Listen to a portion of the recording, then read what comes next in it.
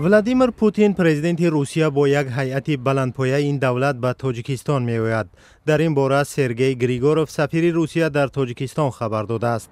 سفر دولتی پوتین به دوشنبه روز 9 اکتبر سال جاری در نظر گرفته شده است. سرگئی گریگوروف گفته است در این سفر او را وزیران از بخش اقتصادی، قدرتی و گومانیتری همراهی خواهند کرد و دایره موضوعی مطرح شونده نیز وسیع خواهد بود. وی افزود در جریان سفرش به دوشنبه پوتین در نشست سران کشورهای آسیای مرکزی و روسیه و جلسه شورای سران کشورهای اتحاد دولت‌های مستقل شرکت خواهد کرد. دو روز پیش از این امامعلی رحمان رهبر تاجیکستان با ولادیمیر پوتین تلفنی جدول ملاقات‌های سطحی عالی در پیش ایستاده را بررسی نمودند. معلوم نیست که در این صحبت‌های قریب الوقوع وضع مهاجران در روسیه که با مشکلات روزافزون گرفتارند مطرح می شود یا نه.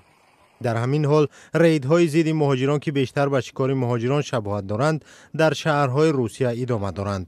از جمله یکی از چنین عملیات گسترده اخیراً در ساختمان سنت پترزبورگ صورت گرفت که در آنجا اساساً مهاجران از آسیای مرکزی کار میکنند.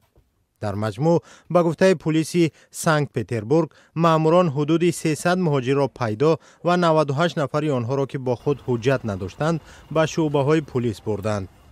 در نواری که ریاست وزارت کارهای داخلی سنت پترزبورگ نشر کرده است دیده می شود که ماموران پلیس هنگام تفتیش از سگ‌های بویگیر استفاده می کنند.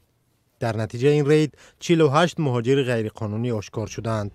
همه آنها را جریمه و اخراج خواهند کرد. این افراد برای تفتیش علاوگی و جوابگری مأموری به شعبه‌های پلیس انتقال داده شدند.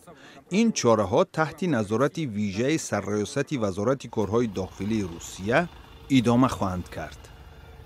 همین طور در مسکو رید شبانه در خوابگاه مهاجران با بازداشت 80 نفر انجام یافته است. مقامات قدرتی میگویند چنین عملیات نسبت به مهاجران گسترش و شدت خواهد یافت.